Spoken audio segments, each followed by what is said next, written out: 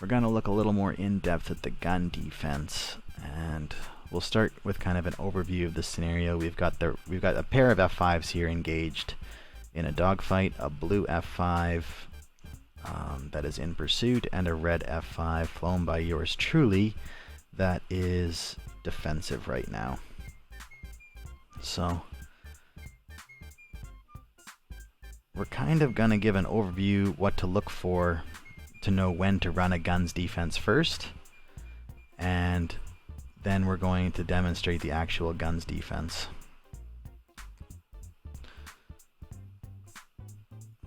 So here we go.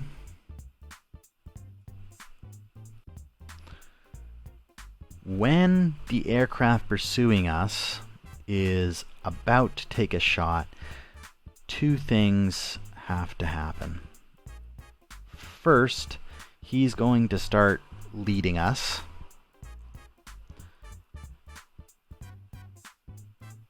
There we go. He's going to start leading us there, so he'll go into the lead pursuit. And then he's going to pull his nose up and put load on the aircraft kind of at the last second to get the angle he needs to take the shot. Right? So, from our point of view,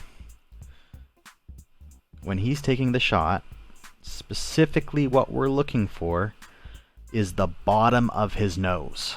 So his nose will be pointing beyond, or kind of up here. So right now we're looking head on with the nose, right? So this is not danger yet. And there, you can see the bottom of the nose. That's when a shot's about to be taken.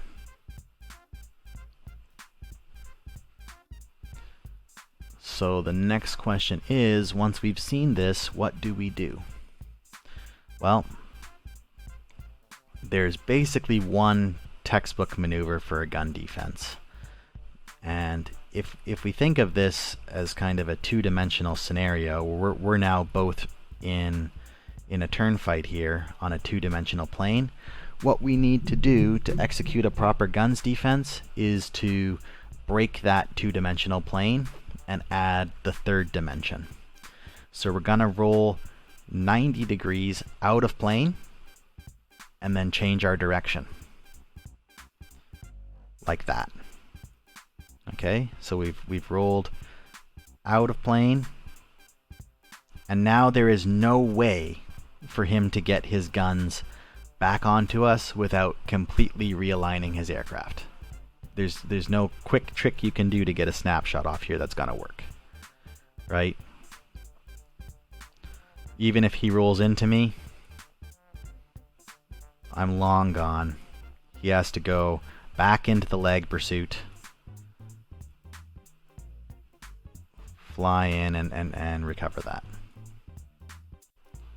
So once more, I see him pulling for the shot. I rotate out of plane, and I'm gone. Now this is the critical decision point here.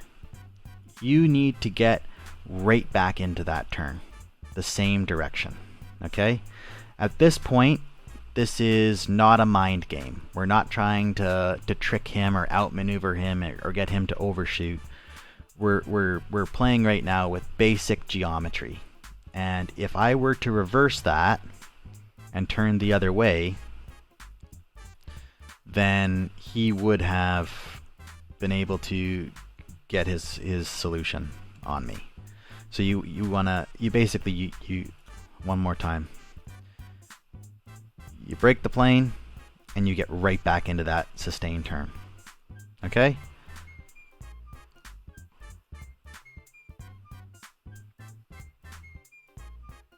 And here it looks like he's going for a shot from my point of view.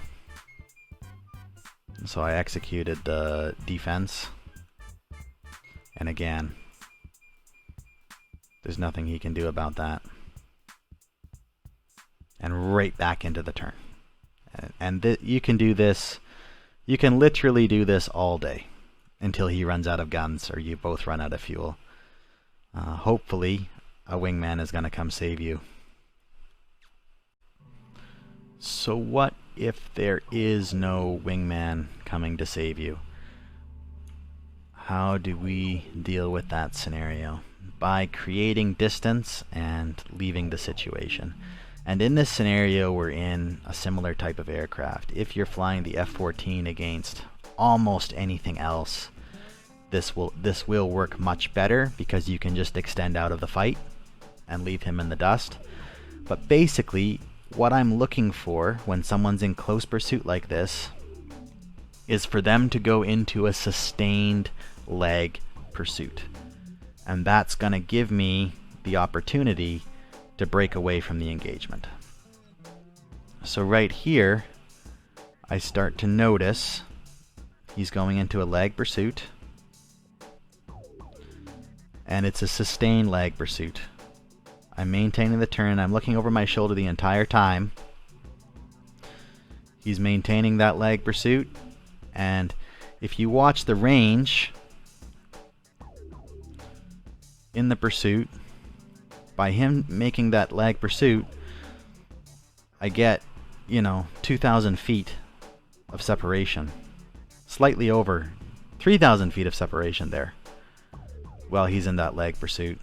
And then I take that opportunity. Here we're at 4,000 feet of separation, almost a mile, and I'm gone. Down onto the deck. I think I'm 7 feet off the ground at one point here. I'm flying under power lines, but I'm out of there. See ya. In a Tomcat, this is a lot easier. Here we've got a wonderful defense from Shrimp from the training the other evening. And what happens is the F-18 get guns on. Shrimp breaks the plane. So it was kind of about to turn into a vertical fight here. And Shrimp goes 90 degrees, cuts into that turn, and really playing to the advantages of the Tomcat. Instead of then kind of getting sucked into a turn fight, he just extends out. And that's something that the Tomcat can do. So rather than waiting for that leg pursuit, that opening, if you're fighting with an aircraft that's slower, much slower, that's all you really need to do. You just do your guns D. Perfect guns D by Shrimp. And then he's out of there like the space shuttle. So I just want to kind of examine that in greater detail here.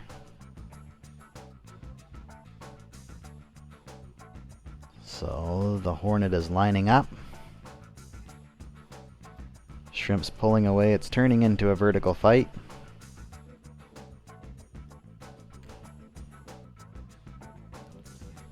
Shrimp's breaking the plane as he goes for the next follow-up shot there.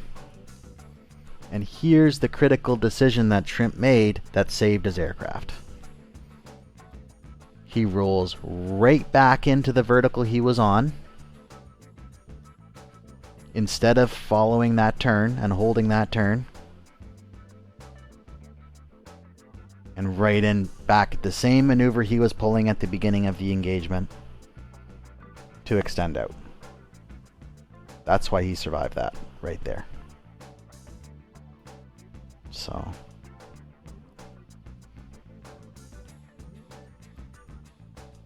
guns defense, get right back in to the maneuver you were in before the guns defense. I'll make jet plane noises, but there he is, he's gone.